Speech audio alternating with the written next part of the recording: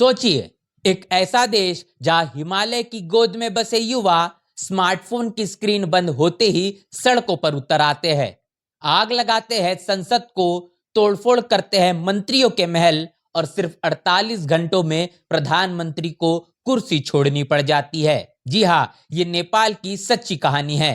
2025 का जेनजी आंदोलन जो भ्रष्टाचार की आग में जल उठा, लेकिन ये सिर्फ नेपाल के नहीं, ये दक्षिण एशिया की चेतावनी है। भारत के सुप्रीम कोर्ट के चीफ जस्टिस बी.आर. गवई ने क्या कहा, जो सुर्खियां बटोर रहा है। ब्राह्मण वर्चस्व के खिलाफ फूटा गुस्सा, हिंदू राष्ट्र का सपना चकनाचूर और अब बुद्ध की ओर बढ़ते कदम। क्या भारत में भी ये आंधी आएगी? आज इस वीडियो में खोलेंगे इन तमाम बातों की सारी परतें। दोस्तों, सब कुछ शुरू हुआ 4 सितंबर 2025 को, जब नेपाल सरकार ने फेसबुक, यूट्यूब, ट्विटर समेत 26 सोशल मीडिया प्लेटफॉर्म पर बैन लगा दिया। वजह रजिस्ट्रेशन न होने का बहाना, लेकिन असल में ये युवाओं की आवाज को दबाने की कोशिश थी।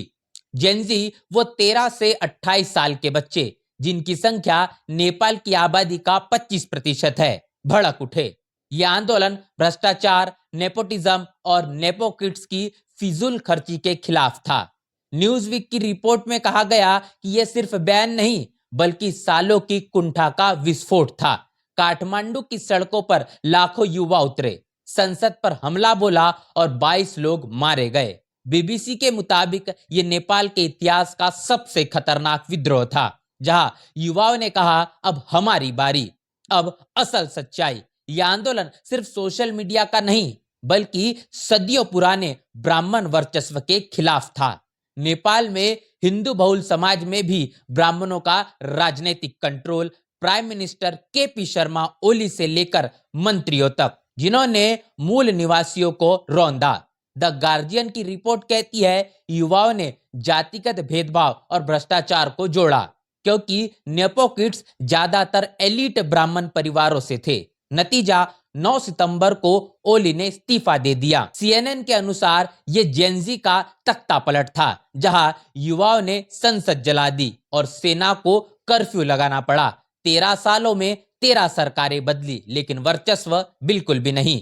अब मूल निवासी किराती, तमांग, गुरुंग अपनी पहचान लौटा रहे हैं। नेपाल को हिंदू राष्ट्र बनाने का सपना, जो 2008 में माओवादी आंदोलन से चूर चूर हो गया, फिर से जिंदा हो रहा था। 2025 में राष्ट्रीय प्रजातंत्र पार्टी ने लाखों की रैलियां की, राजा ज्ञानेंद्र को वापस बुलाने की मांग की। ओप इंडिया की रिपोर्ट के मुताबिक लोगों को भ्रष्टाचार से तंग आकर हिंदू राष्ट्र और राजतंत्र लग रहा था एकमात्र उम्मीद, लेकिन जेनजी आंदोलन ने इसे नेस्तनाबूद कर दिया। इंडिया टुडे के मुताबिक ये आंदोलन ने हिंदू किंगडम के आखिरी अवशेषों को जला दिया।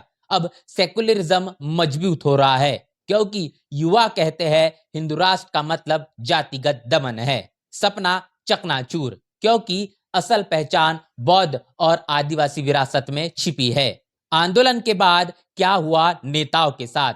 Prime minister KP. ओली को हेलीकॉप्टर से बचाया गया, उनका घर जलाया गया। बीबीसी के अनुसार ओली ने राष्ट्रपति रामचंद्र पौडेल को इस्तीफा सौंपा, ताकि संवैधानिक समाधान हो। राष्ट्रपति पौडेल का घर भी निशाना बना, लेकिन वो बने रहे। जेनजी लीडर से बातचीत कर रहे हैं, मंत्रियों की हालत खराब है। होम मिनिस्टर रमेश लेखक का घर लूटा गया। शेर बहादुर देउबा की पत्नी अर्जू राणा पर हमला। एबीसी न्यूज के अनुसार कई मंत्रियों ने छिपना शुरू कर दिया, जेलों से कैदी भागे। अब पूर्व चीफ जस्टिस सुशीला कार्की को इंटरिम पीएम बनाने की चर्चा, भ्रष्टाचार विरोधी के रूप में। यह अकेला नहीं, श्रीलंका में 2022 का अर्गलाया आर्थिक संकट से भड़का, गोताबाया राजपक्षे को भगाया। एपी न्यूज के मुताबिक युवाओं ने प्रेसिडेंट हाउस पर कब्जा किया।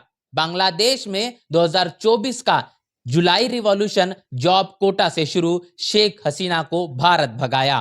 तीनों में युवा गुस्सा, भ्रष्टाचार और नेपोटिज्म कॉमन। श्रीलंका में इंटरिम गवर्नमेंट आया, बांग्लादेश में यूनुस। नेपाल भी वैसा ही, जेनजी की लहर दक्षिण एशिया में तख्ता पलट ला रही है।